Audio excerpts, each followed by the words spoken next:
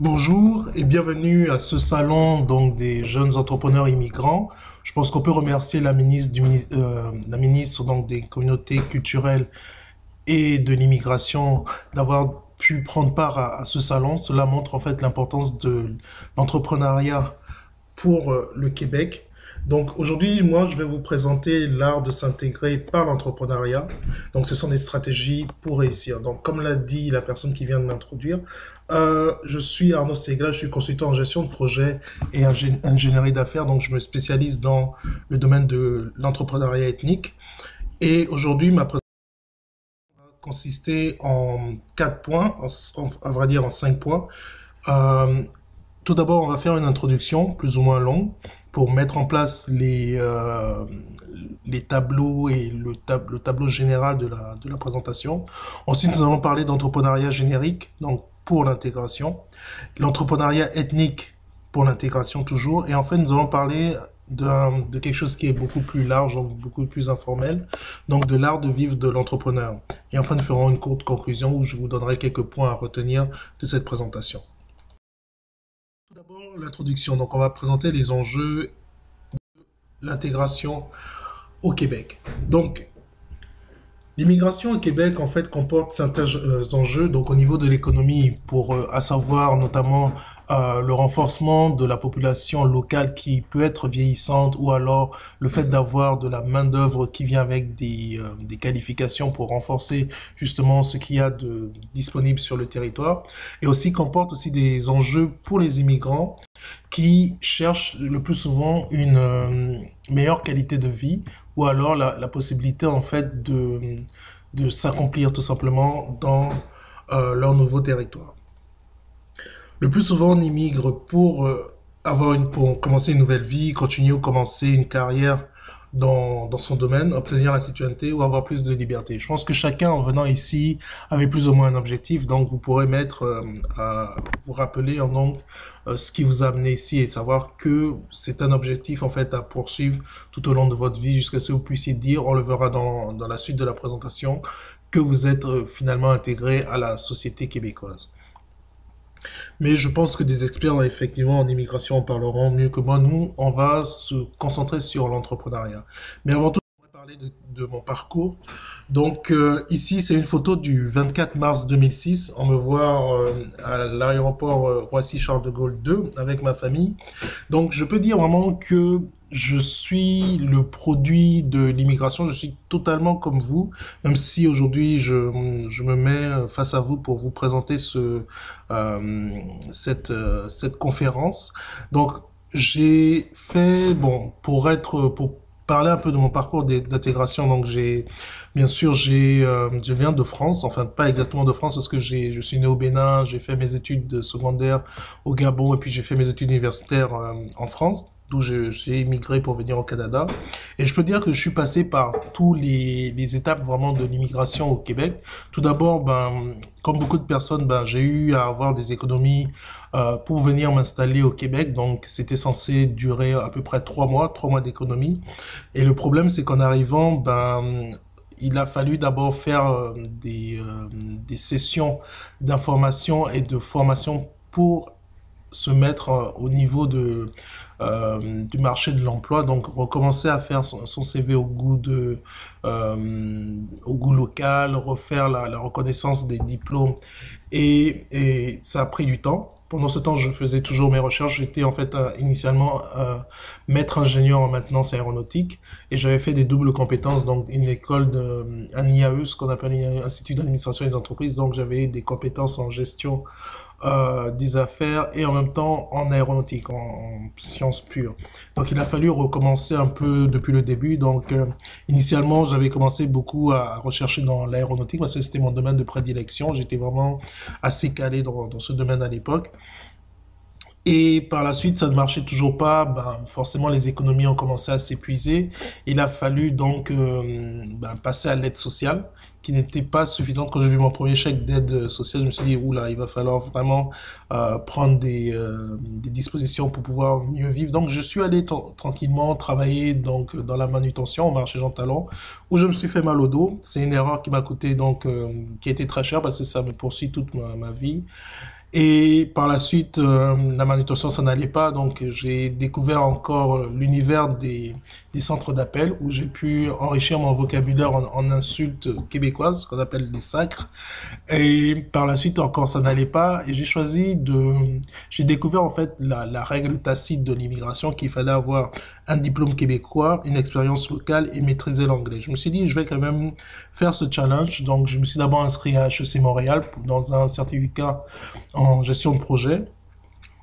Pendant que je faisais ce certificat en gestion de projet, je travaillais en même temps, toujours dans la manutention, mais avec un contrat qui m'a permis, bon, j'avais déjà l'expérience québécoise du fait que j'avais travaillé dans des centres d'appel.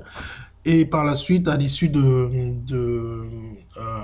mon certificat, j'ai fait un stage d'immersion en Ontario, immersion linguistique bien sûr, donc au ministère des Mines et de Développement du Nord de l'Ontario. Donc j'avais réussi à avoir les trois règles tacites de l'immigration, mais malgré tout, je trouvais pas d'emploi. Malheureusement pour moi, lorsque j'ai fini mon diplôme, je suis tombé dans la période où il y avait la crise des subprimes, donc il y avait vraiment pas d'emploi, et donc je suis resté à peu près un an à vraiment galérer, comme on dit. Et c'est par la suite que, bien, quand on galère comme ça, on se retourne vers ses ancêtres et vers le côté spirituel, et que là, j'ai pu avoir un peu une légère accalmie, une, une- on va dire une chance, une opportunité de réintégrer le marché de l'emploi. Et je l'ai fait grâce à mon profil, donc qui était maintenant à jour et je pouvais montrer carte patte blanche.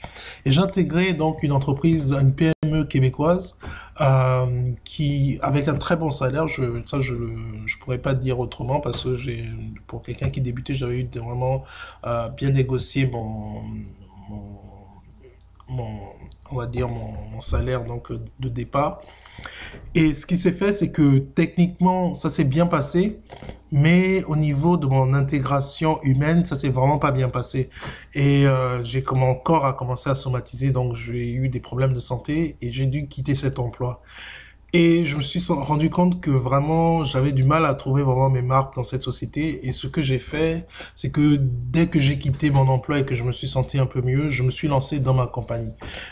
J'ai lancé ma compagnie euh, de consultant et bien sûr c'était assez les gens ne croyaient pas d'ailleurs ne croyaient pas en moi, ils disaient non, on peut pas être consultant en étant junior, il faut avoir un certain nombre d'années d'expérience pour se dire consultant. J'ai dit non, moi j'ai pas d'expérience en tant que telle d'années d'engranger, mais j'ai une très grande technicité. Il y a beaucoup de choses que je sais faire qu'ici les gens ne savent pas faire parce que en France j'ai eu plus ou moins une très bonne formation et que j'aimerais revendre donc en tant que consultant indépendant parce que j'avais vu qu'il y avait une demande par les agences d'intérim qui plaçaient des consultants chez des grandes entreprises de la place. Donc je me suis dit c'est par ce biais-là que je pourrais faire mon argent.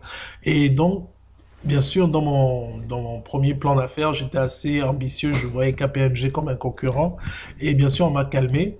D'abord parce que j'avais fait un plan d'affaires qui avait le profil d'un plan d'affaires français. Donc, on m'a dit qu'il fallait faire une formation de 6 mois pour avoir un plan d'affaires au goût encore local. Donc, bien sûr, je me suis plié à cela. Donc, j'ai eu à peu près 3 ans où j'ai dû passer par les divers étapes pour me lancer en entrepreneuriat. Mon parcours n'était pas, comment dire, du tout facile parce que les gens ne croyaient pas en mon projet. Et par la suite, je me suis quand même lancé de façon pilote à faire ce que je voulais faire, la consultation et l'accompagnement d'entrepreneurs, parce que ça a été quelque chose que j'ai découvert au fil de ces 3 années de, de recherche.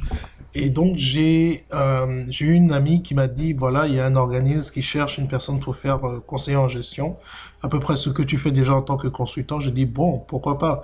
Et je suis allé à l'entretien et puis je leur ai montré que je connaissais un peu les rouages de l'entrepreneuriat au Québec. Et c'est sur cette base-là qu'on m'a engagé. Donc la suite, vous la connaissez, je suis maintenant devant vous à être spécialiste en tant que conseiller en gestion, donc spécialiste dans l'entrepreneuriat ethnique et on va dire Je suis parti donc de ce jeune sourire, de ce jeune ambition d'être ingénieur en aéronautique à être maintenant conseiller en gestion et à traiter des questions dans l'entrepreneuriat.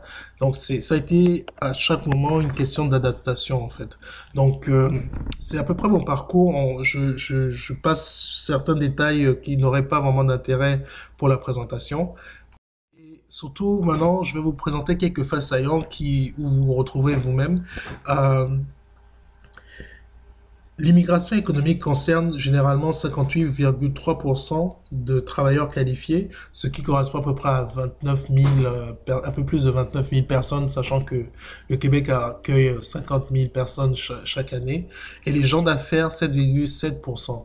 Donc nous allons surtout nous appesantir sur les travailleurs qualifiés, surtout vers la fin de la présentation, qui deviennent par la suite des entrepreneurs face aux barrières à l'emploi. Donc, vous comprendrez que j'ai tiré sur tout ça de mon observation et de mon expérience personnelle. Et peut-être que vous-même, vous vivez les mêmes choses. Autre chose à savoir aussi parmi les faits saillants, les personnes immigrantes, on a à peu près 45% qui ont moins de 24 ans, 30% qui ont, non, 24%, 24,2% qui ont entre 24 et 35 ans, et 30% qui ont plus de 35 ans. Donc on dit que une large majorité de personnes ont les possibilités d'obtenir des bourses et de se lancer dès le départ, dès leur arrivée à l'entrepreneuriat, parce que c'est en entrepreneuriat, parce que c'est à ce moment-là, en fait, que on a la possibilité de bénéficier de toute l'aide possible du gouvernement et de tout ce qui a été mis en place comme ressources pour l'entrepreneuriat. Maintenant, le seul problème pour la personne est d'être assez mature dans son projet, mais on dira il y a il y a plusieurs types, façons de procéder. Soit on a une vision claire de ce qu'on veut faire, ou alors on opère par essai-erreur, mais on y reviendra.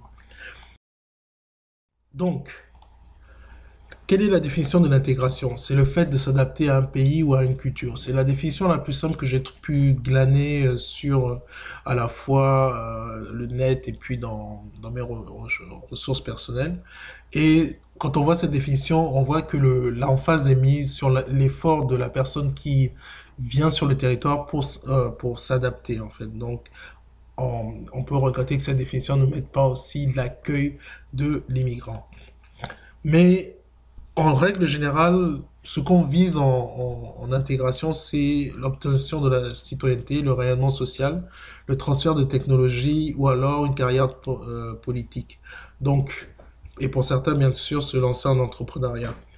Donc, ce sont des attributs de l'intégration qui sont valables pour chacun. Chacun peut avoir son objectif. Mais ce qui est sûr, c'est que il y a deux choix possibles pour s'intégrer, c'est l'emploi ou l'entrepreneuriat. Ce sont les deux choix en fait on va, enfin, c'est l'un des choix en fait qu'on va suivre par la suite, c'est l'entrepreneuriat, parce que la question de l'emploi, je préfère la laisser à des personnes qui sont dans ce domaine. Le premier thème alors qu'on va aborder, c'est l'entrepreneuriat générique ou formel. Donc, lorsque les ressources sont accessibles. Donc, la démarche, c'est envisager donc l'entrepreneuriat au fil de son intégration. Alors, il y a 5 étapes majeures dans cette démarche-là, donc qui correspondent en fait aux phases dans lesquelles on se trouve dans son immigration. Donc, l'arrivée, l'installation, l'adaptation, l'évaluation et l'intégration. Normalement, à chacune de ces étapes, on peut avoir la possibilité de s'intégrer, mais la vraie intégration, celle où on recueille tous les fruits de nos efforts, je l'ai mise en phase 5 parce que c'est celle qui est la plus parlante en fait, où on peut vraiment se considérer comme intégré à la société d'accueil. Donc, le premier point, l'arrivée. Donc, il y a dans cette démarche en fait on va dire trois modalités. Premièrement, une observation. Deuxièmement, une question à se poser. Et troisièmement, une action à entreprendre. Donc, c'est valable pour les 5 étapes. Donc, à l'arrivée, le premier réflexe à avoir, c'est de participer à des activités de réseautage pour accroître son carnet d'adresses et voir les projets potentiels. Donc, c'est vraiment une étape d'observation générale. Et les questions qu'on peut se poser, c'est quelles sont les idées d'affaires que je pourrais mener sur la base des exemples qu'on rencontre dans les activités de réseautage, et aussi de le considérer, de le faire à temps plein ou temps partiel, selon les ressources qu'on peut avoir. Il y a aussi le moyen ou long terme, si on a l'intention de faire de l'entrepreneuriat toute sa vie, ou alors juste pour aller chercher une compétence ou une expertise et après se reconvertir dans l'une ou l'autre des directions, donc l'emploi ou bien donc l'entrepreneuriat en tant que tel jusqu'au bout de sa vie. Donc la première action à faire, c'est de se procurer des guides et de lire toutes les ressources disponibles sur l'entrepreneuriat. Donc c'est vraiment une recherche d'information. La seconde installation va nous demander d'évaluer d'abord les ressources dont on dispose pour se lancer en affaires. Donc c'est souvent à la fois les économies personnelles, l'apport de la famille, les ressources disponibles pour, on a dit, il y a une bonne partie des immigrants qui arrivent à moins de 35 ans. Donc il y a des bourses qui sont disponibles et par le biais des organismes qui encadrent l'entrepreneuriat. Et donc il faut voir tout ce qui est possible pour se lancer. Et maintenant, à partir de là, établir une stratégie pour se lancer en affaires. Donc, si on peut pas l'établir seul, l'établir avec une personne dont c'est le métier, donc on va dire les conseillers en gestion, ou alors un mentor qui peut penser, transmettre son expérience de l'entrepreneuriat. Donc, l'action à mener, c'est de clarifier son idée et se lancer progressivement une fois qu'on a rempli les conditions, que les ressources sont identifiées et qu'on peut commencer à les utiliser petit à petit. La troisième étape, et je pense que beaucoup d'entre vous sont à ce niveau-là, c'est d'évaluer la réponse du marché à son projet d'affaires. Donc, ça peut se faire en fait de deux manières, donc soit par une étude de marché si on n'est pas encore lancé et qu'on est encore à l'étape précédente de l'installation. Mais là, c'est généralement, moi je considère que c'est ceux qui se sont déjà lancés et qui sont en train en fait de faire ce qu'on appelle des tests. C'est-à-dire qu'on se lance en entrepreneuriat, on a son produit, on a son service et on voit quels sont en fait les filons qui pourraient marcher. Il y a forcément un filon qui recèle de plus d'or que d'autres. Donc, il faut faire des tests et voir quelle est la réponse du marché à son offre de service, son offre de produit. Et une fois qu'on a des segments qui sont plus favorables, ben mettre toutes les ressources ou bien maximiser en fait le profit ou bien l'action au niveau de ce segment-là. Donc, les questions à se poser, c'est le projet est-il rentable ou dois-je investir, changer ou arrêter? Ce sont des questions qu'on appelle des questions, en gestion de projet, on appelle ça des questions de portail. C'est-à-dire que, au fur et à mesure qu'on avance dans son projet, il faut faire de temps en temps ce qu'on appelle des portails de décision pour pouvoir savoir si on est toujours sur la bonne lancée de son projet et si on ne fait pas vraiment de déviation par rapport à l'idée initiale. Donc, à cette étape, le mieux est d'optimiser les ressources dont on dispose, donc mieux les utiliser pour justement aller chercher les segments dans lesquels le marché répond le mieux à son projet d'affaires. L'évaluation. Donc, l'évaluation correspond à une phase où il faut penser à l'avenir de son entreprise. Donc, la, l'observation qui est plutôt une observation interne, c'est de penser à la relève et à être entrepreneur à temps plein. Bon, ça, c'est parce que ça correspond à une autre présentation que je fais en parallèle sur l'emploi. Euh, et en fait, la question à se poser, c'est quel avenir donner à son entreprise? Parce que parmi les options qu'on a, on a la possibilité soit de finir l'entreprise avec sa vie, donc c'est juste une entreprise qui dure le temps d'une vie, ou alors de pouvoir la transmettre. Et ça, c'est très important parce que lorsqu'on est dans une communauté, souvent on a besoin des services ou des produits d'une entreprise et on regrette beaucoup que à la retraite ou bien à la fin de vie de l'entrepreneur, on puisse plus disposer des produits qu'il mettait sur le marché. Donc c'est à ce moment-là, à l'évaluation, qu'il faut penser à la relève. Donc il faut déjà à cette étape investir pour préparer la relève ou la cession. Donc la cession, ce serait pas forcément la fin du service, mais au moins le remettre à une personne qui reprendrait le flambeau. On a parlé de relève. Là, à l'intégration, c'est justement la relève, la mettre en place.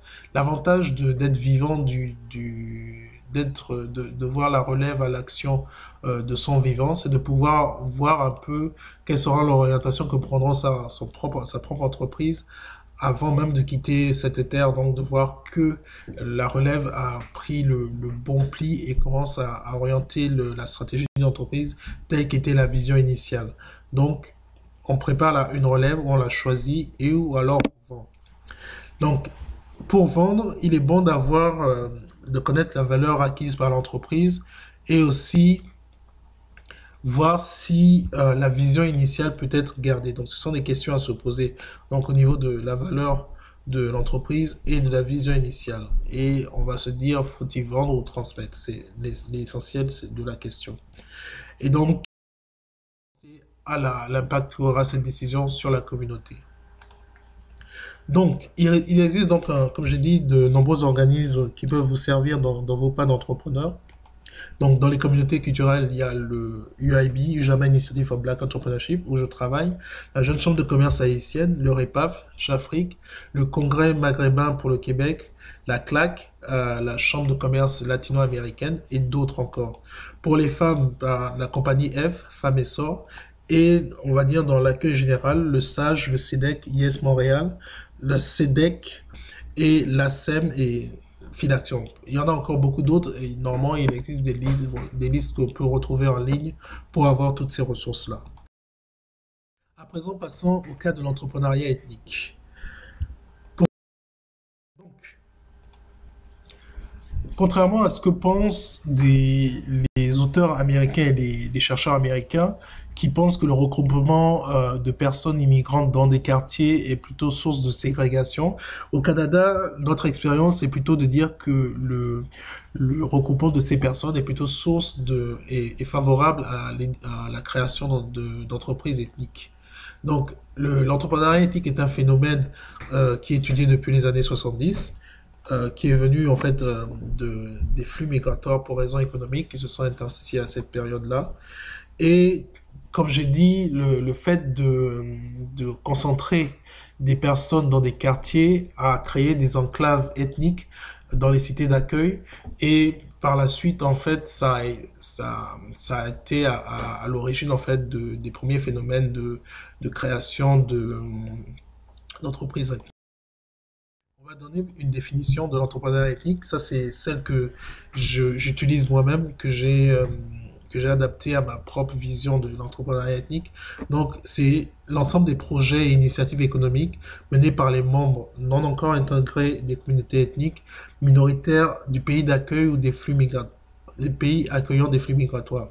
Donc, j'ai insisté sur non encore intégrés parce qu'il y a des personnes qui sont issues on va dire, de groupements ethniques, mais dont l'année ou bien la date d'immigration est tellement antérieurs qui ne se considèrent plus vraiment comme étant des entrepreneurs ethniques, tout simplement parce qu'ils ont accès aux ressources au même type que les personnes qui les ont accueillis il y a quelques années. Donc, la notion d'intégration fait appel directement à l'accès aux ressources pour donc faire l'entrepreneuriat. Donc, le but justement pour les autres, c'est d'avoir accès à ces ressources et d'avoir les mêmes chances que les autres. Donc, idéalement, donc, on commence entrepreneur ethnique, mais on doit pouvoir intégrer le reste du marché par la suite. Bien sûr, aussi, il y a une question de revenus pour les entrepreneurs ethniques qui est surtout une frustration en fait au niveau du manque de revenus et l'entrepreneuriat est une réponse, l'entrepreneuriat ethnique est une réponse justement à ce déficit de revenus. Donc, les causes de l'entrepreneuriat ethnique sont souvent les barrières à l'emploi, l'expérience locale, donc à peu près ce que j'ai cité dans ma présentation de mon parcours. Donc les diplômes, le manque de moyens financiers, des discriminations ou barrières culturelles et l'inadéquation de l'offre de services et l'incompréhension des projets d'affaires. Donc c'est en fait tout ce qui ne concorde pas avec le marché local de l'emploi. Parce que ça part de là, on vient donc, on va dire, la majorité des personnes immigrent en tant que travailleurs qualifiés. Et malheureusement, il y a ce qu'on appelle donc... ah oui, désolé, encore comme source ça c'était les données négatives qui causent l'entrepreneuriat ethnique. Il y a aussi les données positives, c'est qui motivent à l'entrepreneuriat ethnique, donc servir sa communauté. On l'a vu, donc le fait d'être en enclave, on a envie de mettre en place des services pour sa communauté, donc des commerces, par exemple, qui importent des produits exotiques, hors exotiques du point de vue de la terre d'accueil, mais des produits plus culturels, donc tout ce qui est niche culturelle et l'influence du commerce informel, parce que on vient de pays où le commerce informel est très actif et en arrivant dans la terre d'accueil, on garde le même pli. Donc ce que j'allais dire en fait, c'est que il est plutôt, on a été habitué plutôt au terme de choc des civilisations par le passé parce que c'était plutôt des civilisations qui se découvraient et s'affrontaient donc sur les plans surtout militaires et d'hégémonie.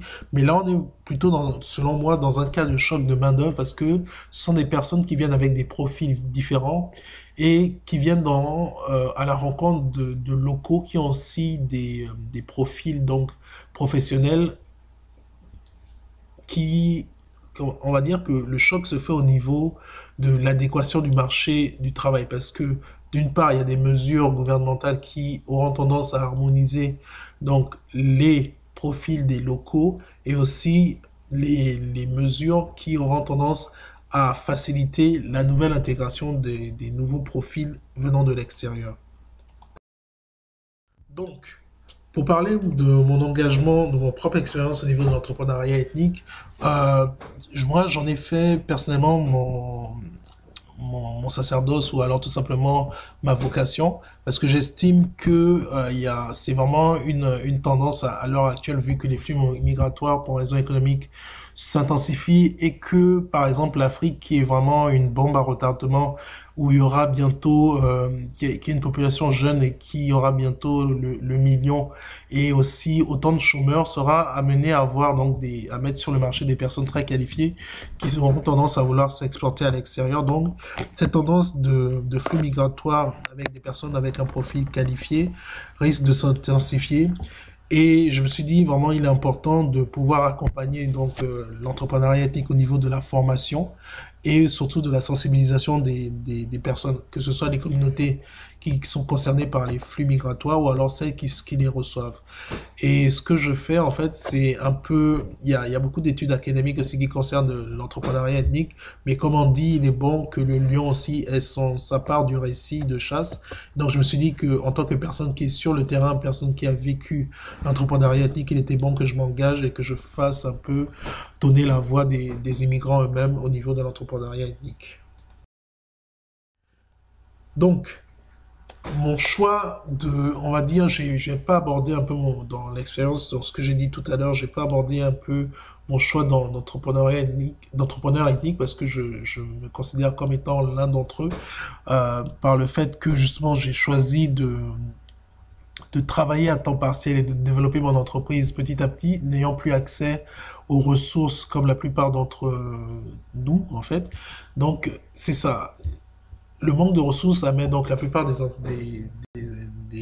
immigrants à exercer en fait un emploi à temps partiel euh, euh, et en même temps leur activité économique à temps partiel. Donc, c'est un choix de vie donc qui a des avantages donc parce que ça donne l'accès à du crédit qu'on n'a pas donc avec nos profils euh, classiques. Dans mon parcours, j'ai oublié de citer que toutes ces expériences-là ont eu à dégrader mes notes de crédit, donc il était plus difficile d'obtenir du soutien de, des banques ou bien des institutions financières, ce que vivent aussi beaucoup d'entrepreneurs éthiques, parce que je les rencontre dans mon bureau et je sais que c'est difficile de trouver des solutions lorsque on ne peut pas les référer à des organismes du fait de leur note de crédit. Donc c'est quelque chose auquel il faut faire attention dès le début.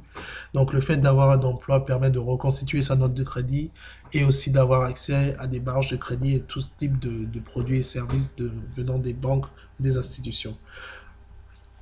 Alors, les inconvénients sont que ben, forcément la croissance des entreprises ethniques est un peu plus lente parce qu'il y a non seulement du temps de travail hebdomadaire plus important et le fait d'être à moitié dans son projet. Et un autre des inconvénients, c'est qu'on a tendance à rester entre nous, à se passer des contrats entre nous parce que il y a une phase où on n'est pas encore forcément très à l'aise à aller chercher parce qu'il faut être compétitif pour aller chercher le reste du marché. Et donc, on a tendance à rester entre nous pour le temps d'être complètement aguerri et prêt à se lancer de ses propres ailes sur le marché global. Mais quand même, c'est un art de vivre qu'on peut assumer. Donc, être entrepreneur ethnique, il n'y a pas de honte à l'être. On peut complètement l'assumer. Donc, comme je l'ai dit tout à l'heure, il y a deux parcours donc, qui peuvent se vivre en tant qu'individu ou bien que ménage.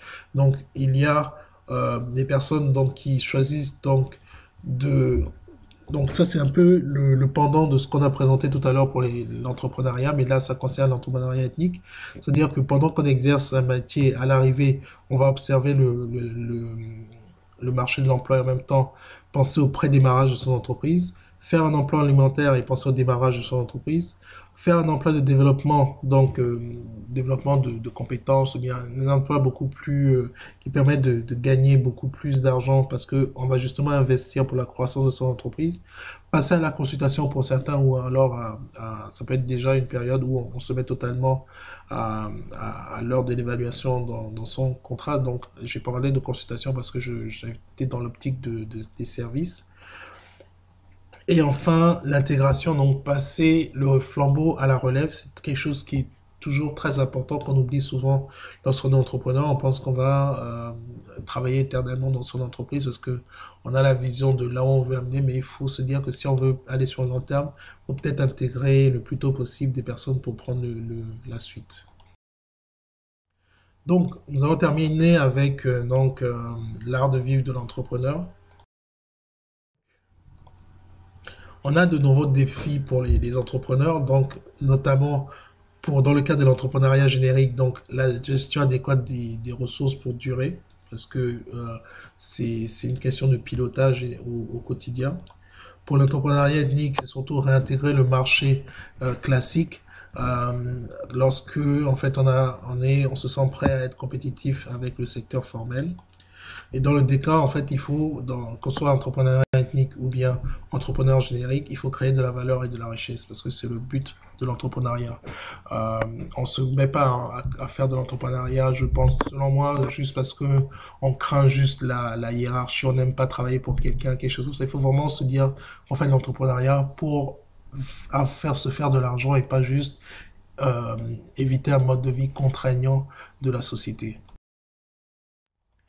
Donc, la phrase que j'ai mis en exergue maintenant, c'est une phrase que j'adresse un peu à ceux qui sont déjà lancés. C'est que si au bout de quelques années, l'ensemble de votre portefeuille de clients provient encore de votre communauté, vous devez encore faire des efforts d'intégration. Et je dis, cela ne concerne pas les niches culturelles, parce qu'une personne qui vend des produits pour éclaircir la peau, je ne pense pas qu'elle puisse aller vers le marché québécois pour vraiment dire quelle étant son offre de service, sauf si elle trouve d'autres types de produits à proposer.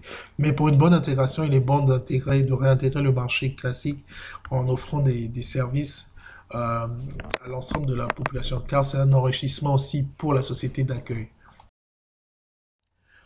Donc, pour finir, donc, on a le sentiment d'être intégré lorsqu'on tire librement de son environnement les éléments nécessaires à l'accomplissement de son projet de vie. Donc, ça, euh, je pense que c'est une phrase qui en dit long et qui dit tout. Je pense que je n'ai rien à rajouter là-dessus. Mais quand même, je porterai l'attention sur le fait de bien gérer son temps. Les sacrifices personnels aussi sont nécessaires. S'accorder des pauses pour tenir sur le long terme. Garder ses objectifs en tête. Demander de l'aide aux besoins, donc un mentor ou bien des collègues. Et surtout, la devise pour du succès, c'est avoir une intention ferme, être réaliste et faire des efforts soutenus. Désolé. Donc, chaque entrepreneur, je pense, doit trouver sa définition, donc son déterminant, pour permettre de prendre des décisions d'entreprise de façon plus facile, Et cela peut avoir des répercussions sur le projet d'affaires parce que les projets peuvent être similaires. Il y a des compagnies qui vendent des modèles d'affaires que tout le monde adopte, mais ça ne peut pas être géré de la même façon parce que chaque entrepreneur a sa propre sensibilité. Donc, en conclusion, j'aimerais vous laisser quatre éléments pour repartir donc aujourd'hui. Tout d'abord, ce sont quatre phrases donc qui sont essentielles par rapport à ce que j'ai dit. Donc, entreprendre est une solution au défi de l'intégration. Donc, c'est surtout un défi économique, à la fois créer de la richesse pour la société d'accueil et créer de la richesse pour la personne qui se lance en entrepreneuriat. Le but est de maintenir, il est bon de maintenir son intention ferme, rester réaliste et faire des efforts, je viens à peine de le dire. Et surtout, créer de la richesse, un partenariat transmissible et d'en ressentir de la fierté. Parce que si vous le faites et que vous n'avez pas vraiment un sens euh, à ce que vous faites, vous ne tirerez pas vraiment profit de votre engagement en tant qu'entrepreneur. Mais l'essentiel de tout ça, c'est de s'accomplir personnellement et pour la communauté. Parce que si au bout de quelques années, vous n'arrivez toujours pas à sentir vraiment accompli ou bien, je pense que la tendance sera en fait de reprendre vos valises et d'aller dans un autre pays, souvent le pays dont on a émigré pour repartir encore à nouveau chercher ce sentiment en fait d'accomplissement dans sa vie. Et pour finir, je dirais qu'il y a un guide qui est mis à votre disposition, qui est en ligne en ce moment, donc pour que vous puissiez voir aller plus loin sur ce que je viens de dire. Donc si maintenant vous avez des questions, on peut accorder à peu près 5 à 10 minutes si vous avez des questions. Merci beaucoup.